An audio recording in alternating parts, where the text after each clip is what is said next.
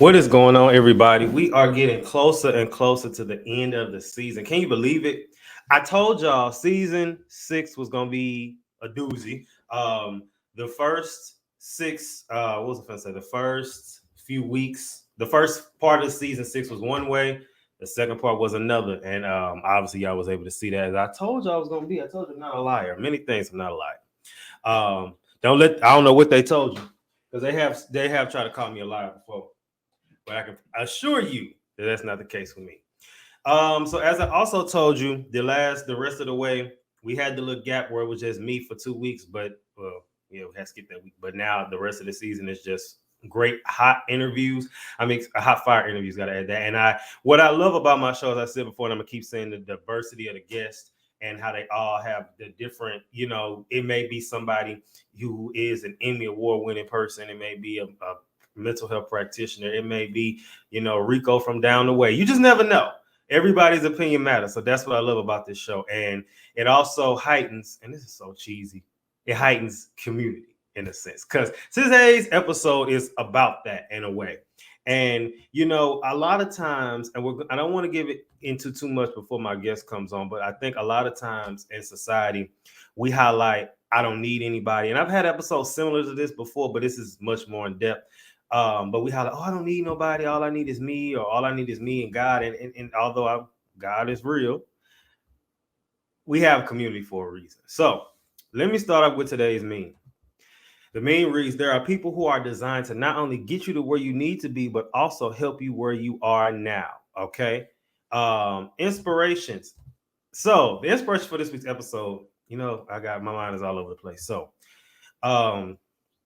I'm about to start back playing Resident Evil Village. That's 8. I don't know if anybody played Resident Evil games, but that game's extremely scary. You would think they went down the hill and asked for some tips because it's a lot. It's like a guilty pleasure. It really is, but I started back playing it and I'm about to try to finish it, and then they got the DLC, so we're gonna see how that goes. Hopefully I don't go crazy. But if it helps, I don't play the game at night. I only play it during the day. Like once it start getting sundown, I turn it off. So I don't know if that helps. The age-old phrase, it takes a village to raise a child. And then the other inspiration is Proverbs 27:17, which says iron sharpens iron, which again, more proof that people are designed to help you and that you cannot do it all on your own. All right, so now quick little rant today before we get into the episode. So the Christmas season is here. I want to know what y'all getting me because I deserve it. Really, all I want is for y'all to keep running up the strings for the episode, and even when the season ends, because I'm gonna tell you now, and things are subject to change, it's looking like we're gonna end December 22nd, and then I'm gonna pick back up March 30th, and that'll be the first episode of season 7. So I'm expecting some good transitions between that time. And what was I about to say? Yeah.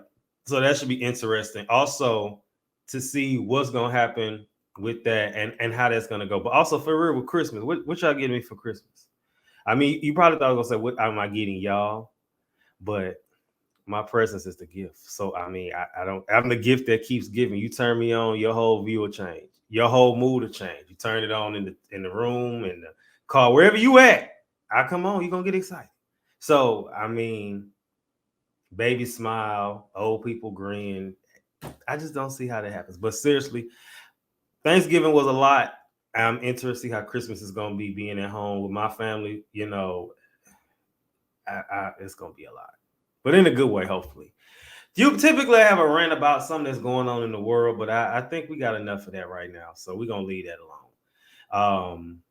Today, I'll be back to the shenanigans next week.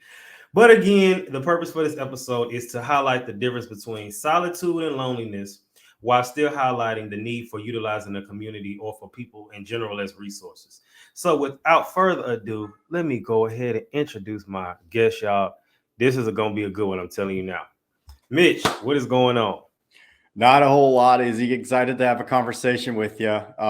Just a beautiful day here in sunny San Diego. I had a beautiful Thanksgiving yesterday. Just woke up full of gratitude. And, now I get to have this conversation with you. So like, what could be better? I appreciate it. So I already said your name, but because I have to follow a script, Tell the people what's your name, where you from, and where do you live, even though you said all that. Yeah, man. I can add some more. So the name is Mitch Hankins. I actually originally I'm from the Netherlands in Europe. Okay. I moved to the United States about 10 years ago, and I wanted some of that freedom. And now I live in San Diego, and I spend my days, a lot outside. That's why I'm in San Diego. You can always be outside here, which is really the main reason for being here. And really found my community here, like-minded people that just love, doing outdoor stuff, climbing and having deep, meaningful conversation. And, spending lots of time in the water and just living life, just making the most out of it every day. Okay, that's good stuff. So now I'm going to ask you can't talk today. I'm going to list a few words and I want you to tell me the first thing that comes to mind. Oh, all right. So when you hear the word solitude, I think potential. Okay. Loneliness. I think disconnection. Community. I think belonging. Village. I think contribution. Okay. So the definition of solitude is the state or situation of being alone. Then it says loneliness is sadness because no one has friends or company. Sound kind of sad. Community, it says a group of people living in the same place having a particular characteristic in common. And then a village, a group of houses associated with buildings larger than hamlet and smaller than a town situated in a rural area. And for anybody that plays Resident Evil Village, the village is pretty, just kind of like that. So now, what is it that you do for a living? For a living, I am a coach, speaker, and blogger, and as well as a software engineer. So I'm all over the place. Okay. Even as a software engineer, I'm all over the place. I do websites, I do server programming, I do development operations, I do configuration, scripting. I like to be all over the place, but I do kind of tend to stay in my Goldilocks zone, in my zone of genius. But really what I would say, what I do is I try to create value for other people. I try to either inspire them through saying, hey, there's hardships in life, but you can use that to your advantage. The obstacles the way. Or I try to make other people's life better through software where they can live a safer life in the industry that I'm in. And that is, I think, really what, when we get to purpose, right? Like what purpose do you want to have in life? And for me, that's inspiring, creating value. Okay, good. So that's, like I said, all over the place. But you know what? That's the world we live in now. Mm-hmm. And it's so many ways to make money. It's easier said than done. But I love seeing people, and a lot of my guests, no matter where they're from or what they do, they tend to follow that blueprint of like having, being certified, and not necessarily certified, being, well-versed in so many different areas. And that's what, for those out there, if you don't even get nothing from the message of the guest that I have, at least you will be able to say, I want to be like that. You know what I'm saying? As far as like having so many different hats, I should say. Okay, so who have you worked with? Have you worked with anybody that will, stand out? Well, they all stand out, but as far as the name would ring a bell to anybody when they was like, oh, when I've done this, I've worked with this person, I've worked with that person, or this organization, anything like that. Yeah, so I've done a lot with the U.S. military. I've done a lot of training, coaching there, education, similar with Nasdaq, the equity firm on Wall Street, where I held training sessions, coached other engineers, and just kind of contributed to various projects and, as needed by different teams and those sorts of things.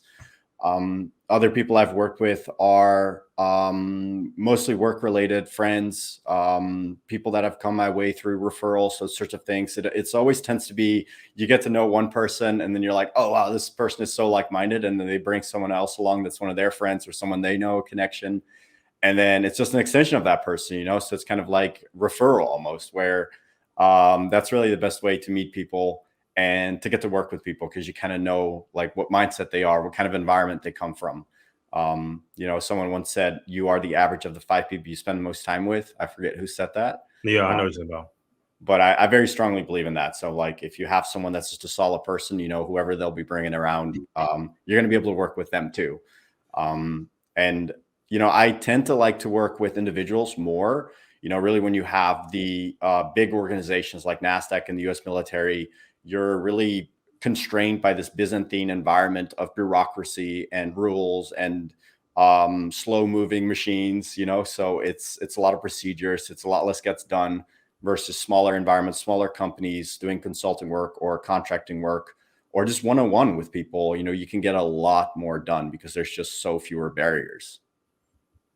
Good stuff. Absolutely. I agree. I think that, to piggyback off what you said about the whole 5 people closest to you, I think that's something we need to analyze as well, because even if, say, for instance, which I'm kind of learning now, even if you have friends and say, just hypothetically, I'm not saying this is my real life, and they're not doing, or they're not consistent with their craft, and it's not necessarily affecting me. Right. But if I'm doing the best and I can be consistent, what would it be like if I was hanging around 5 people that were doing way better than me? I would feel the need to have to try to level up some versus, being around this group. It's like, oh, well, I don't need to do much because I'm already you know what I'm saying? So I think that's good to highlight, and just definitely for people to understand like the importance of it.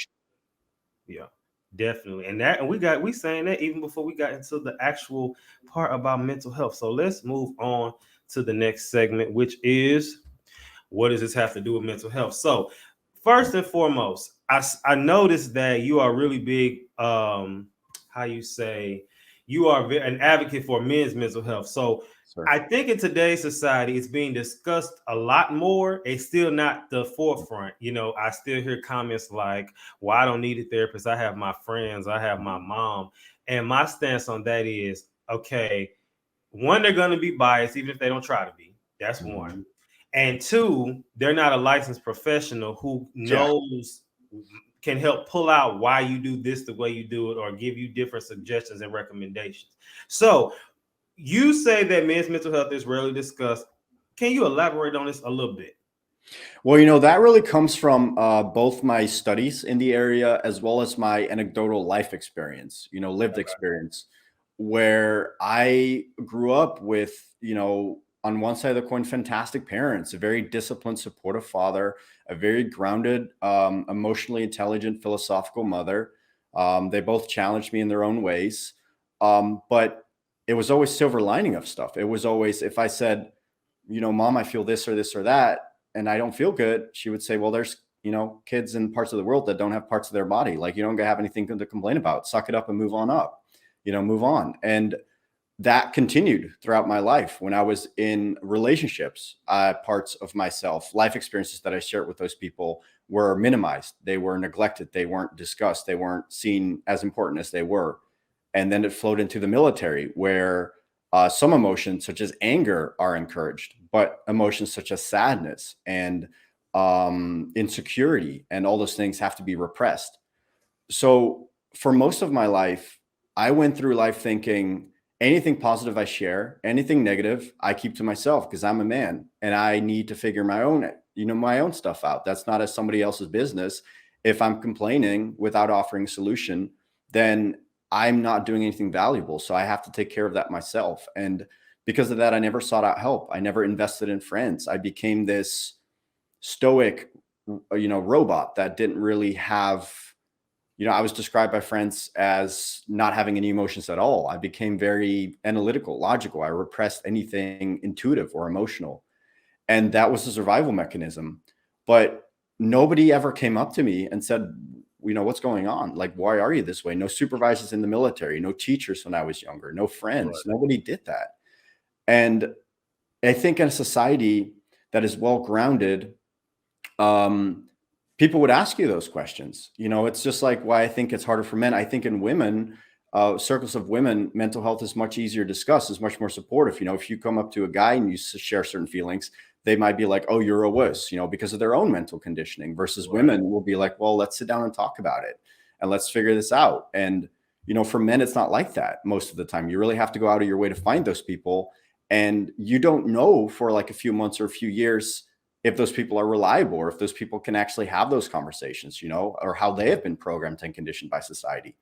So I learned from experience that that's just not something that happens. And I started reading studies, I started reading books, and I thought to myself, wait a second, I'm not alone. I'm not the only one person that has ever felt this way. There's people that have written books about this. There's courses, there's retreats, there's entire industries around this.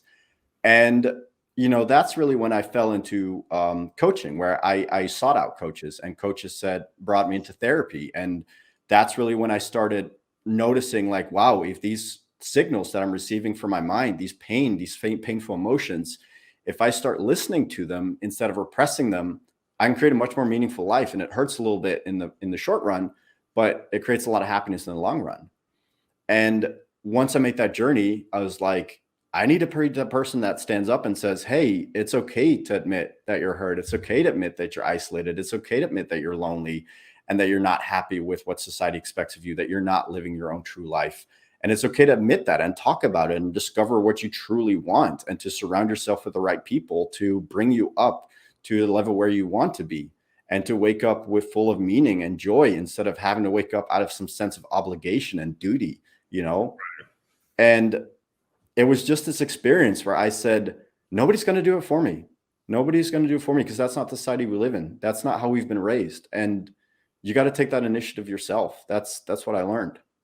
That's good. And it kind of, the next question actually was that anxiety and depression are two of the most common mental health conditions. Mm-hmm. And, you know, I think that a lot of what you were saying in your story kind of triggers into that, or goes into that, a lot of that, because a lot of times how you started when you said, you know, well, just suck it up. Or if you do say something, and a lot of parents, they aren't trying to be mean. They really just, they think that they're helping think. Yeah. But a lot of times when you do that, and I can relate, you know, we have two totally different backgrounds, grew up in two totally different countries, not the same color, not the same age, nothing. But I can relate to the comment of where it's like, well, I just won't say nothing, because whenever I say something, it's just kind of like you overreact and it's not that serious. So what's the point of saying it? Because nothing's going to change. Yep. And there are two reactions to that, to a meltdown in that. So the one reaction is the stone wall, just kind of like, okay, whatever. There's no point in talking. It's not going to change. And then the other one is the blow up, the screaming and hollering, the crying, the punching walls. And then it's like, he's nuts. So either it's a lose-lose. Either way, you're screwed. Exactly. So now I want to ask you, why do you think that anxiety and depression are so easily confused? So I think they're easily confused, similar to how guilt and shame are confused. Okay. Like where guilt is, I did something wrong or I did something bad, and shame is, I am bad. Okay. It's identity. You know, it's like this very subtle difference where we kind of heap them together because they're so similar. They feel similar, but it's an identity versus behavior thing. And with anxiety and depression, we heap them together because they both produce feelings of sadness, feelings of inadequacy, feelings of overwhelm, right? When you're so sad that you just can't even think about waking up, or brushing your teeth, or taking care of yourself, or going to see friends. Well, that can be anxiety, you know, or that can be depression. So they're easily confused because they result in very similar behavior. Okay. Whereas depression is really, you know, not having the energy to do things just because of this existential dread or sadness, this feeling of there's no point to anything. I don't feel like doing anything. And anxiety is more of worrying. It's this voice in your head that constantly tells you, this is not good enough. That is not good enough. This still has to happen. And that still has to happen. Everything will go wrong. Anxiety is rooted really in the future, where you're constantly worried about the future. Depression is more so rooted in the past, where you have certain experiences that you're projecting out onto the future. That's how I tend to see it. Okay. Now, you have previously spoken about solitude, and that it is a way for us to emotionally self-regulate. Can you elaborate on this, and how do you, and we're going to get into this episode goes along too, but I want to know how you think that solitude differs from loneliness. Yeah, so great question. I think solitude, I'll start with that. I think solitude and loneliness tend to be kind of, again, heaped together because, you know, if you're in solitude, then you're lonely because you're alone. But the truth is that even if you're surrounded by other people, We've all been there. We were in Yeah. a large group of people and we felt utterly and completely lonely. We couldn't relate to people. We didn't feel like we belonged. So you weren't in solitude. You weren't alone, but you felt alone.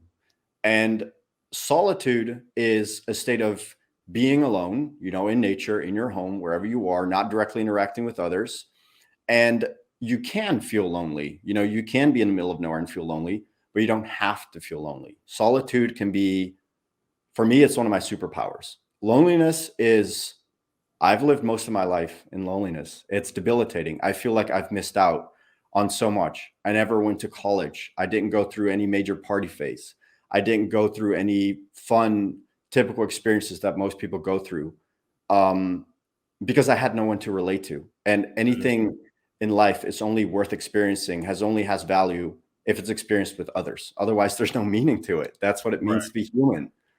And solitude is a way to discover who you are as a person. If you're comfortable being alone, this world we live in with constant notifications on your phone from social media, being controlled by social media through dopamine and all these different things. The advertising you receive about, you're not good looking enough. You're not that enough. You're not fit enough. You're not smart enough. You're not this enough, because they want you to get to buy things. And that's the programming we receive our whole life.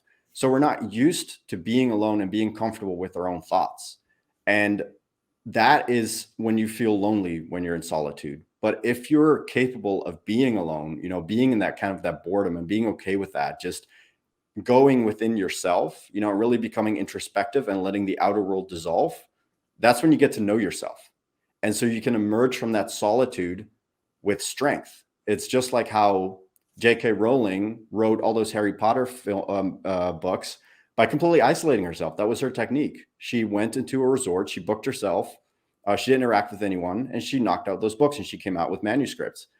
And that's the power of solitude. You get to work on something and you can bring that back into the world to give it meaning, to give it life.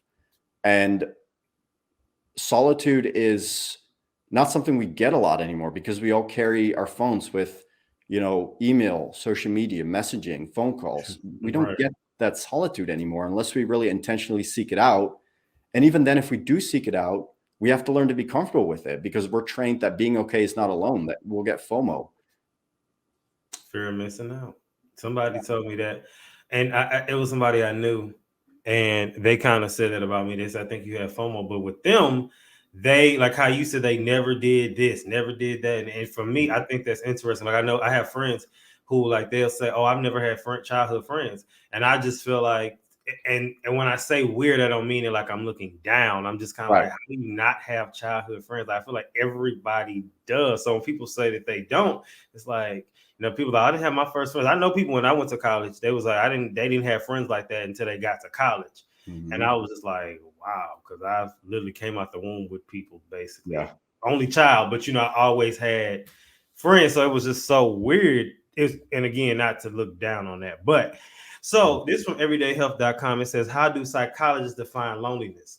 It says that loneliness is a cognitive discomfort or uneasiness from being or perceiving oneself to be alone. According to the American Psychological Association, APA, it says that it defines as emotional distress that we feel when our inherent needs for intimacy and companionship are not met. It says it can either be an objective or subjective state. Dr. Old explains that you could, for example, live alone and crave companionship, but loneliness also describes what you feel when you're in a crowded room and aren't connecting with the people around you as much as you like to. It then says that it is important to point out that the academic definition of loneliness is a general one, and it doesn't describe all of the various ways people experience loneliness. It doesn't describe the fine-grained emotional states people feel when they're lonely. Now, a lot there. What I will add, because this happened to me one time with one of my friends, they was like, yeah, you single, you lonely. I said, I'm not lonely. I'm just alone. Where a lot of times people date because they want somebody. Yes. They feel like they need somebody. Like, I know people that say they don't like being alone. I'm just like, that's the problem, because how do you know yourself? You've never been alone. That's not fear of solitude. People, I've been at this point, I'm 28. I've been living by myself since I was 22. If I was to go get a wife tomorrow and get married and live with her, I could be like, I've been by myself all these years. I know what I like, don't like, and non-negotiables in the house. Yes. I feel like with some people, it's like I just like, how do you have you never lived by yourself? Because how do you really know yourself all the way? So, what is your take on that? Do you feel that people who've never lived by them, well, not say they've never lived by themselves, but never been by themselves, would you agree that they don't know themselves fully? 100%. I could not agree more. You only get to know yourself when you hit rock bottom and you are alone. That's when you get to know the true measure of your character. There's sometimes these questions people ask, like, what would you do if somebody put a gun to your head and said this and this and this? And I'm like, you have no idea what you would do. Have you been in that situation? Like, there's probably things that you would like to do, like how you like to see yourself. But unless you've been through that, you're not going to know. And it's the same being single. It's the same, like, have you ever felt that intense despair, that longing, that sense for connection that you're not getting fulfilled? And have you been able to process that to a point where you are happy being single? You feel fulfilled being single. And the best example I can give for that is one that I tend to speak on a lot is, imagine you're hungry and you have a fully empty kitchen. There's nothing there. And somebody comes to your door and they knock and you open and they say, hey, I have this really unhealthy fast food. Would you want to eat it? And you say, yeah, come on in. I'm hungry. Now that's really just abusive. You're going to let someone abuse your body, abuse your mind because you're hungry. But if you have a fully stocked kitchen of healthy food, of fruits, vegetables, whole grains, and somebody comes to your door and they say, hey, do you want this unhealthy McDonald's food? You're going to say, no, I got healthy food in my kitchen. Go away. And you can wait for someone that will share that healthy food with you and that will contribute healthy things to you. And you're not going to find that full kitchen unless you've had that period of being alone and getting to know yourself. Mm-hmm. Absolutely. And that's a great like story and way to put it together, because like that makes a lot of sense now. That's funny actually. Like the whole that's funny. So then it says the same from the same website. It says the difference between loneliness and being alone. Being alone is not the same as feeling lonely. Being alone means an absence of others around you. Whereas the APA definition of loneliness emphasizes the feeling lonely refers to the discrepancy you feel between desired and actual social relationships in terms of either quantity or quality. Yeah.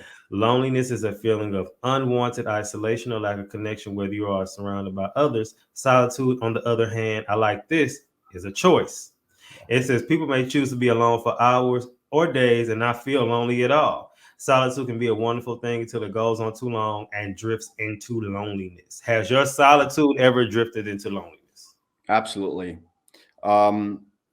There's this one thing that comes to mind where the context of which is that I lived in San Diego, was relatively happy, hadn't really learned to really fully trust people at the time because the world still seemed like a dangerous, unsafe place where I had to take care of myself.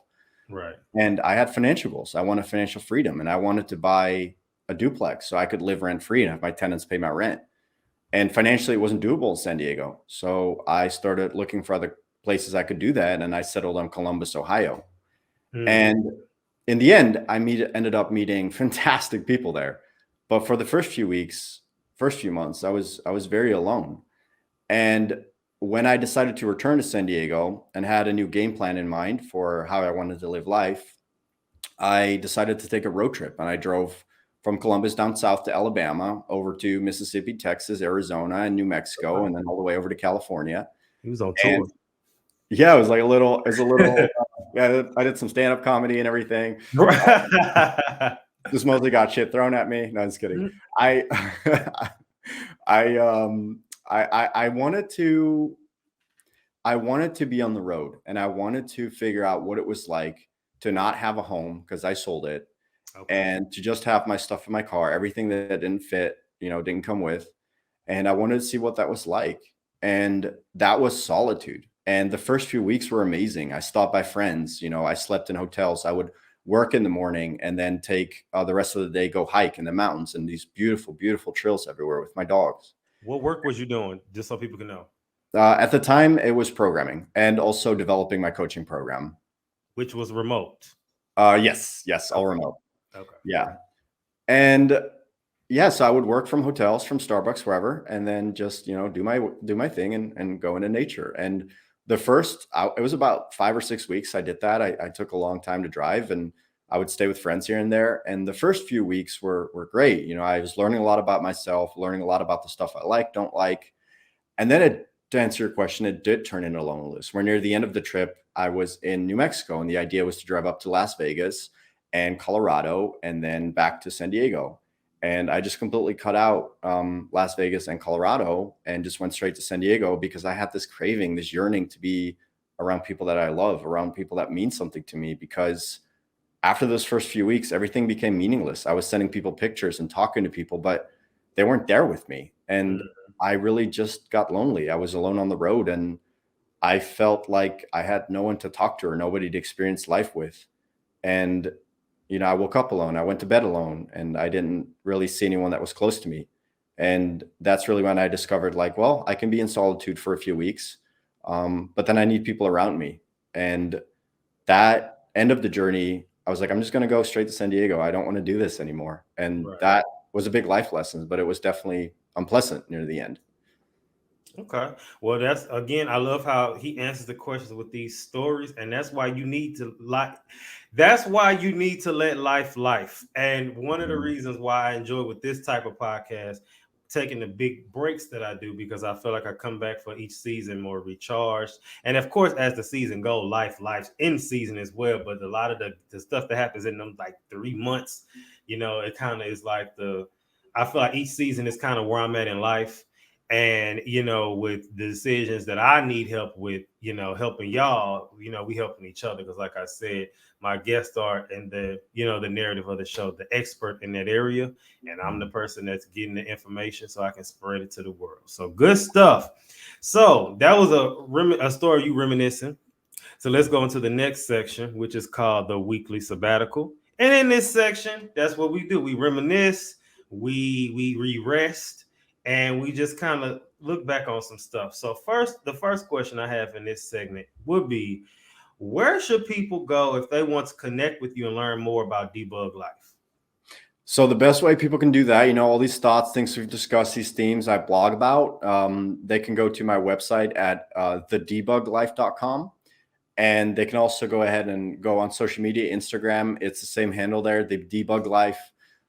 Most of what I post there is about, I have a very extensive morning routine. So I post about that daily, where I wake up at 6 and kind of keep accountability. It's like, hey, these are the habits I performed this morning, and this is what I'm up to. And I kind of show, you know, the outdoor activities I do, and kind of the way I push myself in life, and kind of try and be unique and really authentic on there, like showing truly what I do and hoping to kind of bring people out of their shell and inspire people to do the same. And that's really the best way people can get in touch with me, or, you know, anyone, feel free to send a message. I love talking about these things. So yeah, if anyone wants to talk, please do.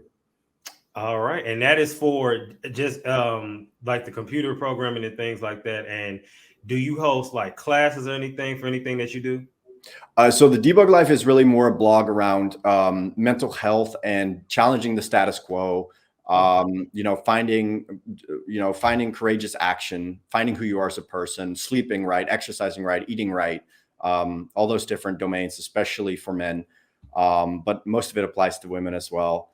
And I am intending I will probably start with group classes early next year. So people can go ahead on my website. There's like I said, I lived in a lot of anxiety and depression where it ruled my life to the point where I felt like I was just a dead human being walking in a shell. And that sounds terrible, but that's how I felt. And I built habits. I learned how to get out of that and become this really like energetic, happy person that's present. And I did that through certain habits and actions that I've described in my free ebook. And people can sign up for that on my website for my newsletter, and they'll get that for free. And through that way, I also keep in touch with people, like when I'll be launching my my master classes and my life classes. Okay. Now, you talked about the master classes. I've had a lot of people on here talk about their master classes, e-courses, all these things. I know I'm sure you want to trigger you with this question. Why didn't we learn this in school? Oh, that just made that gave me goosebumps, man. That's like this. I could talk about this all day. I'm so mad about that. Like, especially just, first of all, I went to school in Europe, right? So that's a little bit than American school, where don't even get me into like, you know, the differences between like poverty and like minorities and how that's treated here. But just that aspect of it where the quality of education is completely different, but then also the content, it just makes me so mad. Like, it's not designed to help people. School is not designed to make people successful. School is designed to maintain the status quo. School is designed to produce cogs in a machine. School is designed to make soldiers that will obey, pawns that can be moved. It is not designed to make fulfilled, meaningful, rich lives. It was never meant for that. It was meant to grow the base class so that a few people at the top can profit. That's all that school is here in the US and most of the world, honestly. School is missing that because of those reasons. We're not being taught how to embrace our emotions, emotional intelligence. That's not being taught. We're not being taught how to talk about our feelings, how to express them. We're not being taught how to take care of our bodies, how to take care of our minds, how to take care of our taxes, how to find jobs, how to be in relationships, how to treat ourselves. You know, we're being taught all the minuscule things that really only test for obedience and not for potential. And it's overdue for dramatic change. You know, it's so overdue for dramatic change. And I know I got a little lost there because it's a subject I'm really passionate about, but what's missing? Why is that missing? It's missing to maintain the status quo that people very purposefully have created over the last few hundred years. And it's funny you say that because, you know, for many years, still that way somewhat with the older generation, but it's like look down on you if you don't go to college, or you know, like. And I'm a proud dropout. I'm like, I went to I mean, I barely finished high school, but I went to computer science degree, got hired by Nasdaq. I didn't even finish that degree. I was like, bye. And that's like, you know, one of my honor badges where I'm like, I'm a successful person with absolutely no degree. Well, listen, I'm a firm believer you can do it. Now I do have mine, but I'm a firm believer. I know a lot of people who didn't even go to college that's doing way better than a lot of us. And you know, I seen a post. It was on Instagram. It was this girl's TikTok, and it was like her going to Thanksgiving.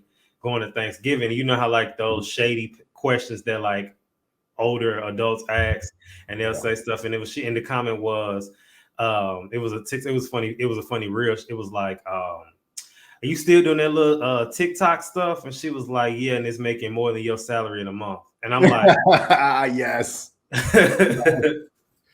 And it is. And I think that, you know, even I had a debate, I think my grandmother, somebody, and they was just like, well, you know, you're going to always need a job with benefits. And I'm like, that's not necessarily true because you just have to pay out of pocket. But if you're making triple, quadruple of what you're making with the salary, then you all right. You know what I mean? And also, if you take care of yourself, you don't have to spend too many doctor fees. Great example of this, going to the dentist. One time I had went a while ago, and it was a lot of issues. Had to pay almost $200. Kept my teeth clean like they were supposed to be. The cleaner was only $60. Yes. So you know, it's just all about that. And it ties back into like how we're told too. Like if you're told from a young age, it's okay to eat sugary foods every day. It's okay to eat fast food multiple times a day, or you know, multiple times a week. It's okay to do these and things. We're not taught in schools how to actually take care of ourselves. But if we would, you know, we'd have lower incidence of mental health. We'd have lower incidence of cancer. We'd have lower incidence of every disease across the board. And we'd have a lot lower insurance costs because we're taking care of our bodies. Like if you never take your car to the garage, you never change the oil, never check the tire pressure, it's going to wear out a lot quicker. Your body is the exact same, except it's a million times as complex. Absolutely. So I think that at this point, it's interesting to see how things are going to transition in the future. But I think this is the importance of community, because in my case, a lot of stuff that I learned in my household and things didn't have nothing to do with school. The best lessons I learned was, you know, one, life is the best teacher in general, but it's just about being around the right people and not, like you said, they're taught to just follow the status quo. My grandma, so she can tell me, when my mama told me that my grandma told her that the doctor told her that she didn't even need to drink water. Now, how that sound? Confusing. So it was just like, you just like, oh, well, the doctor said. And it's just like you believe everything that you're told without questioning it. And like you said, it piggybacks on what we said. That's what school teaches. Now, is school good? I feel like for obviously community, learning about yourself, how to interact with people. You know, there's a debate about the whole this is my take on. There's a debate, and my views may change. There's a debate on the whole homeschool and letting your kids go to regular school. Although a lot of homeschools are transitioning and look like how school, of course, they're better, but they're starting to transition and look more into like the format of regular schools. I'm just a firm believer that you need to know what it's like at a young age dealing with people who you would never want to be around. Yes. And although in those some of those types of behaviors may not be in that homeschool environment, you need to know what it's like to deal with somebody you literally cannot stand and do not like, would never want to even be around. And I say 7, 8, 9 versus being 30, just dealing with this, you're not gonna know what to do. I couldn't agree more. I could not agree more. Yeah, it reminds me of a Marcus Aurelius quote, "The philosopher king, the Stoic emperor," and where I forget what the quote is exactly, but some of the lines along the lines of forget or remember that when you wake up today, you will deal with people that are impatient, that are unreasonable, but you must learn to bear them. And it's all about exposure. You know, it's like if you learn to put yourself under stress, you will become stronger. If you go to the gym and you bench press 85 pounds, the next month you're going to be able to bench 95. The month after that, 105. The month after that, 115. Same with people. You know, if they're annoying you or if you cannot bear them, when you're under stress, you're going to learn to do better and better and better. And because of that, you can be more of you and you can have a more meaningful life because you learn how to deal with others. If you never learn that, you're just going to become stressed, and that's going to affect your own life. Exactly. And again, it goes into, like I said, and do I believe that homeschools have great, I was talking to somebody about this. Me and my friend were on the same page. We was talking about that. We were just like, I could see myself doing homeschooling for like the first few years to get that, you know, so they can be ahead. And then maybe like 4th grade transition into like a regular school, because I just don't see, you know, because I knew one girl, she was homeschooled until high school. And then she went to my high school, and then she's nuts. And I'm not saying that you're gonna go crazy, but I'm just saying like it's more. I'm not a math person, but it will be it will be more. You know, I can see that happening more with somebody who did than didn't. Yeah. So, and then it goes to my next question: the issue with us as people. And do you think is that we're taught this, or is it just kind of go back to what you said earlier? You feel it's like no one really cares how we feel. But why do you think that we feel that we can do it all on our own? I think that comes back to people. It comes back to biology. Okay. Our brains are wired to be lazy. Our brains are wired to learn a behavior and not think about it. Learning how to drive a car, you know, it's hard the first time. Over time, it gets easier. You do an autopilot. We seek comfort. We are comfort-seeking creatures. We don't like getting uncomfortable because to the brain, being uncomfortable may mean exposure to death. You know, not being close to people you trust, being outside your comfort zone. In our old primitive brain, you know, that's evolved over millions of years. That's dangerous. You know, that's why you see more primitive animals will stick much more to rituals and to their comfort zones. But as humans, we have that choice, but we're not really taught in schools the courage to make that choice and the wisdom behind making those choices, behind getting out of our comfort zones. And because we don't want to be uncomfortable, we don't ask people how you're doing. Like truly, you know, it's like, if you got asked how you doing, are you going to be okay saying like, well, actually, I'm not so great. I just got let go from my job, or I just broke up with my partner. Like we're conditioned to just be like, yeah, great. I'm doing good. Like, don't worry about me. Like, because we don't want to make other people uncomfortable. And that all results in it comes from our evolution. It comes from really just laziness that we're not really aware of, but it comes at a really high cost. It comes at the cost of happiness, meaning, fulfillment, true connection, vulnerability.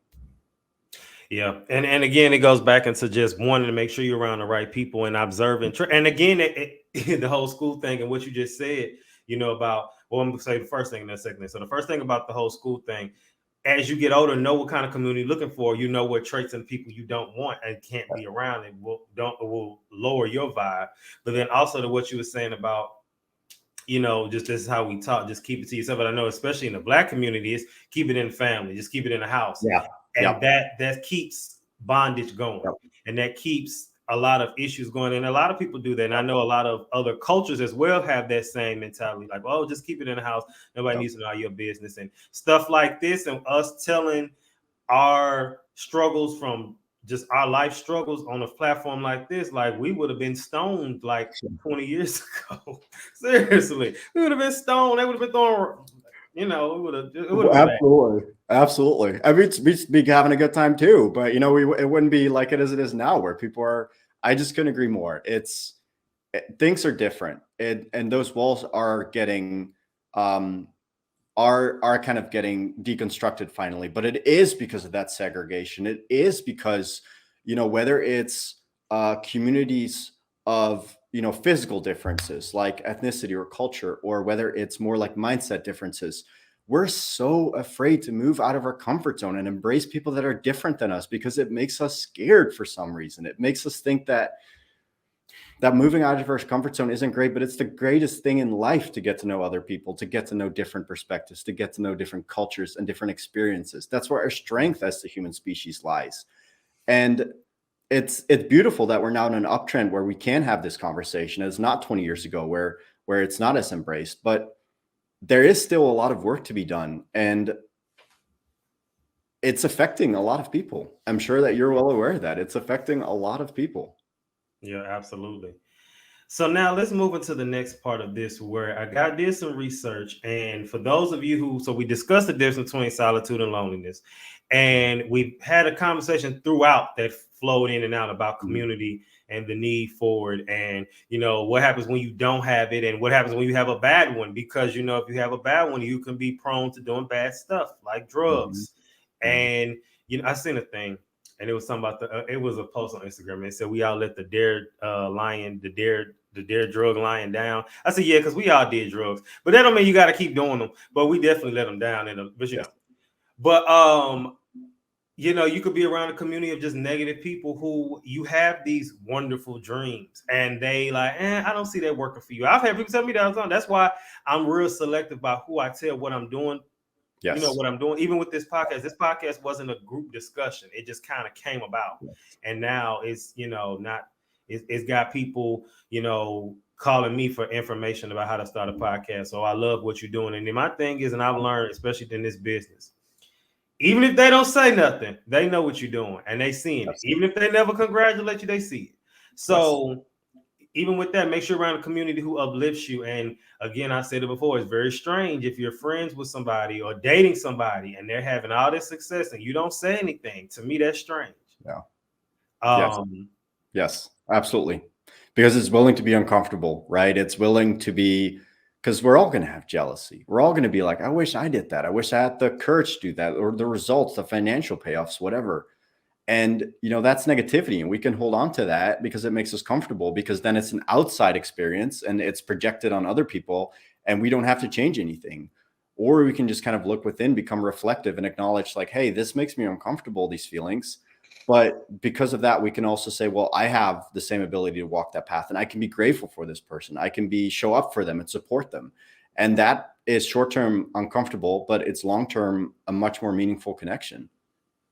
Exactly. And then I'm going to say this and I'll move to the next part, but you just never know who is going to be used to help catapult you to the next level. Even if it's just a person helping you get out of a depression or a funk, you just never knew. Somebody could be used to help get you to your purpose. Somebody could be used literally to help get you out of the side of the freeway because your car broke down.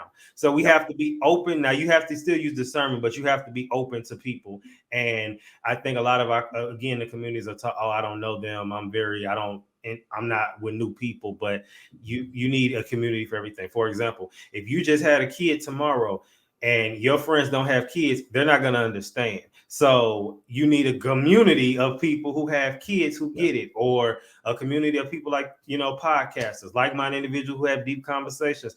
Hell, you just started a new diet, Now, I think I read correctly. What diet are you a part of? What diet? Oh, man. So I am, I mean, that's what you get in California. There's like 500 different diets. So I am a keto vegetarian. I saw that. Okay. Yeah. So I am a low carb keto person. Nice. Okay. This is why a lot of the last little bit of weight I have been trying to lose, I have been stuck for years, is finally coming off. Man, nice. and I had got with my friend on it. Even that's a community. So my mom started doing keto. She does low carb now. And then my friend, she just did low carb the entire time. Mm-hmm. And then she has a day where she just, me and her both have a day out the week where we just kind of do what we want. Yesterday, Thanksgiving was one of them. How did you become a keto vegetarian? And now here's the thing. I tried it for 3 days and it was a little intense. So what are some tips for that? So, okay. So the vegetarian aspect, I'll start with that. Got started because, okay, this is very cliche. This is a very like cliche story, but I was reading a book called 5 Regrets of the Dying. And it's about, essentially, to summarize it, it's about this lady that worked in hospice care, worked with people that were on their deathbed, like the last few months of their life, and wrote a book about the 5 most common regrets they had. And it was such an interesting story to me that I really related to the author. And she talked about being a vegetarian and how she loves animals and how our modern industry is really so corrupt that it's just not human the way we do it. It's wrong. Like if God was here, if God could manifest as a person, right? And no matter what faith you are, if he could manifest here as a person, he'd be yelling at us. You know, it's so messed up what we're doing. So I did some research into that. I started reading books. And I don't want to preach about it because everybody can make their own choice. I'm not, I'm responsible for me. Everybody else is responsible for them. Like, no judgment. But I did research and I decided, for me, this is wrong. And then one day we were walking in the park and one of my dogs caught a squirrel, and I just looked at that squirrel and it was all mangled and bloody and gross. And I thought, that squirrel might have had friends. He might have had a mom. He might have had kids, and he might have had a beautiful life running around in the woods and like climbing trees. And he died for no reason. He didn't die because someone was hungry and hunted him and needed the food and was grateful for it. He died because some dog just had an instinct and wanted to kill it. And at that point, I'm like, I'm done. Like, I don't want to perpetuate harm on animals. I'm done. And I buried the squirrel and I became a vegetarian. And that was about a year ago. And I haven't really had a desire to eat meat since. I was a huge meat fanatic before that. Like, meat was 90% of my diet. And if I hunted it myself, I would eat it. But that was the vegetarian part. And then the keto part really came through. I was always very sensitive to sugar as a kid, became very hyperactive. My mom was kind of a health fanatic, so I wasn't really allowed much of that. I grew up very healthy. So anytime I eat like something high GI, even like a banana, which is kind of high in the glycemic index, I just feel, yeah, I know most people are surprised, but I get headaches. I don't feel good. I get an energy burst and then I crash. And when I ate less carbs, which was inspired by a partner from a relationship at the time who did that, and I tried it, and I just kind of like felt very consistent energy throughout the day.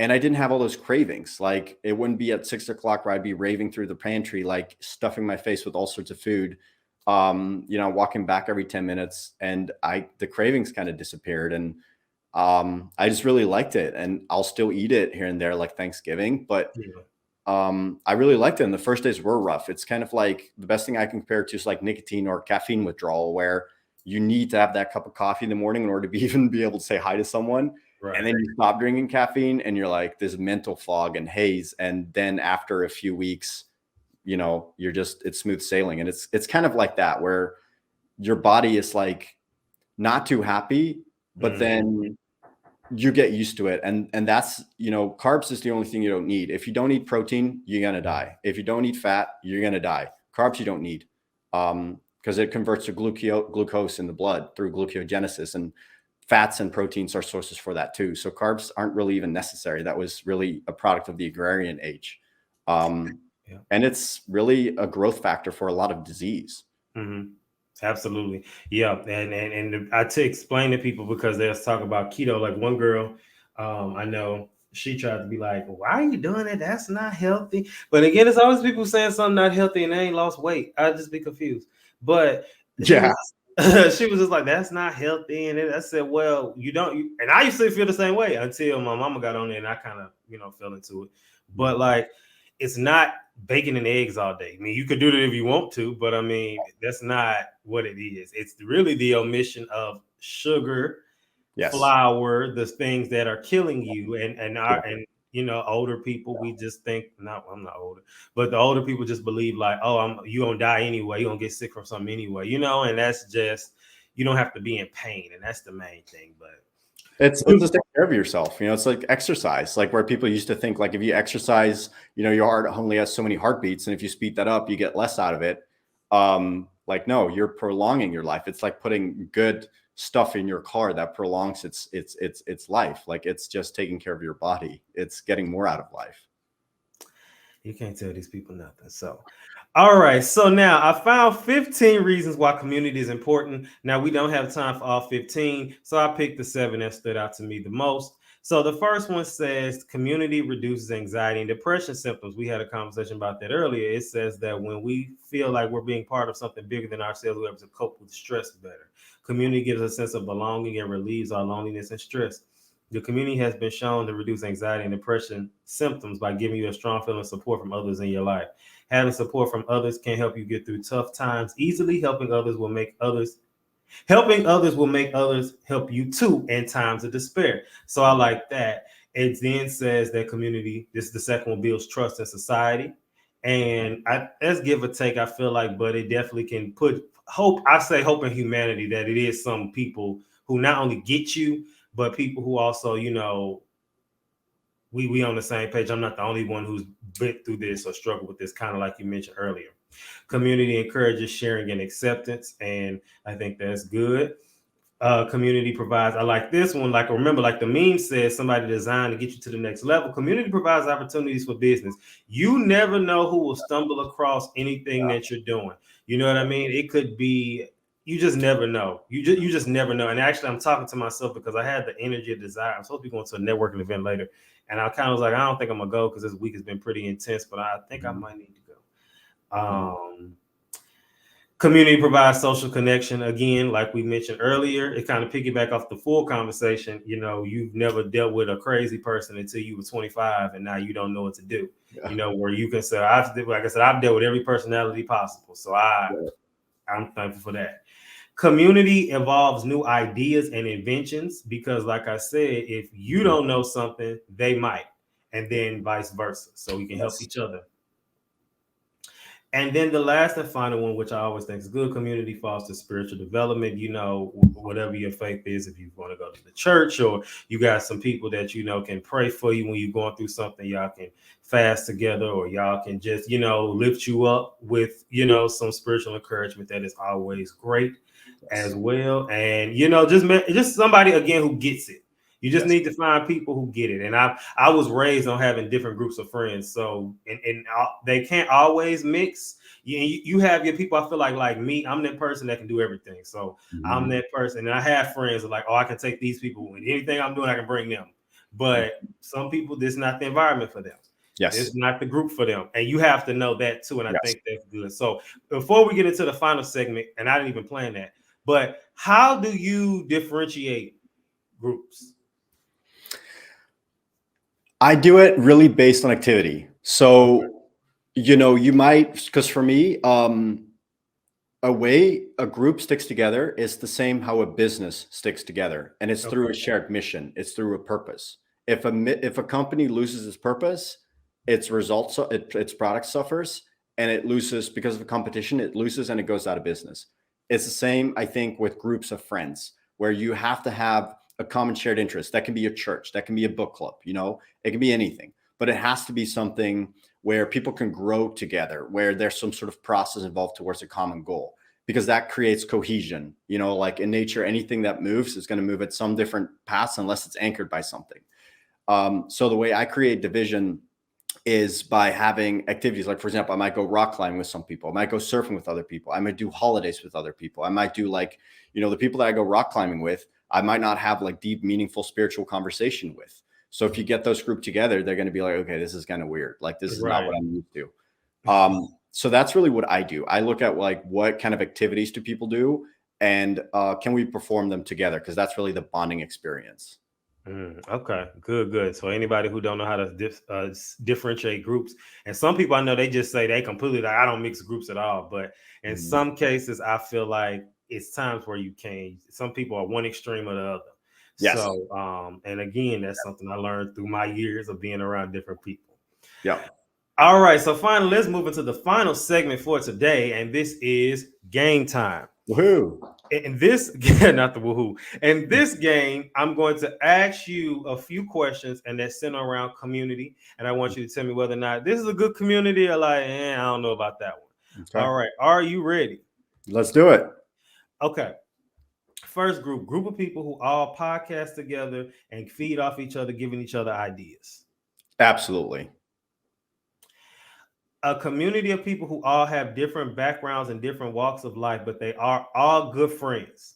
That's one of the best ones to have. Yes. All right. A group of people who all make it seem like you're being difficult when you try to think outside the box and shoot your dreams down. No, run away as fast as possible. That kind of group is toxic. I've been there. I've done that. They will only hold you back. A group of family members who question everything you do when it's time for you to why you leave your job so frequently. Absolutely not. I think the whole saying about family's thicker than blood is BS. It's family is chosen. Family are the people that you connect with, that resonate with you, that lift you up. If people are trying to bring you down, they're already below you and it's time to move on. You can either distance yourself, you can be polite, you can completely cut yourself off, but do whatever you need to live a happy life. Absolutely. Community of people who all like to go out and try new foods. Yes, absolutely. All right. I want to have a tricky one, but I don't think this one's a good batch with the tricky ones. Do it. A group of people who love to go out and party all the time. No, because I mean, that's clear to me. No, because, okay, there's partying as a supplement, right? Just like you don't just take vitamin pills and drink protein shakes and are going to be healthy. Supplements an already healthy diet. And that comes from lived experience too. It's the exact same with partying. Partying supplements a meaningful life. Going out and partying all the time, taking drugs, which includes alcohol, is only borrowing happiness from the next day. It only takes away from your ability to show up as the true person that you are the next day, your ability to express your gift to the world. It only takes away from that. It's a distraction. It's not creating more happiness in the future. It's only borrowing it from the future. That's how I think about it. All right. That was a good one for everybody. All right. I like that one. And a group of people, last one, a group of people who would all love to come and join the debug master class that you have in the future. That would be my ideal. That's what I live for. Having people around me who say, debugging comes from computer software, right? Finding bugs and solving them to make the program run like it's intended to. Life isn't about learning. It's about unlearning all the, sorry for the French, all the crap that we've been told about not being good enough and not being perfect enough, about not being fast enough, smart enough, whatever. It's all about debugging the mistakes. So people that want to do that want to be introspective and learn about themselves and find more meaning, those are my people. And I would love to talk to them. All righty. So that's it for today. Let's do the question and the challenge. All right. So for my people, this week's question and challenge, how do you plan to work better with those around you moving forward? And I challenge you to find one person this week and vent about something going on. Now, when it comes to venting, that can be tricky, but that doesn't necessarily mean like, oh my God, my bank account is negative $1,000. You could say, because then if you come tell me that, I'm gonna say I don't know what to tell you. But I mean, I'm gonna give you some words of encouragement, but I ain't got no money for you. But if, say for instance, like example, other day I was overwhelmed. And when I actually talked about it, I really wasn't that overwhelmed when I actually talked it out. But something like that, because people are weird telling their business, and I'm not telling you to tell your business, but in that case, I kind of just worked out my mind with talking to somebody about it. It was just like, I'm like, well, it really ain't that much now that I think about it. So that's a form of venting too. To keep that in mind, it's not always your deep, dark secrets. So before we go today, Mitch, what else do you have to tell the people? I think we covered a lot. I think it was a really beautiful conversation. I want to say to everyone that listened, I want to say, I hope you really got something out of it. And I want to say that whatever you want is possible. Just learn to get to know yourself and have faith and trust yourself and find people that make you feel good about you. And if something doesn't feel good, if something doesn't feel right, take distance from it. Just find your own truth in life. And that's all that matters. You don't owe anyone anything. You only owe yourself happiness. Absolutely. Absolutely. So that is it for today. Thank you so much for coming through. PSA signing out. Always remember, keep your head up like your neck hurt. Remember who you are and make your mind up. Don't let it make you.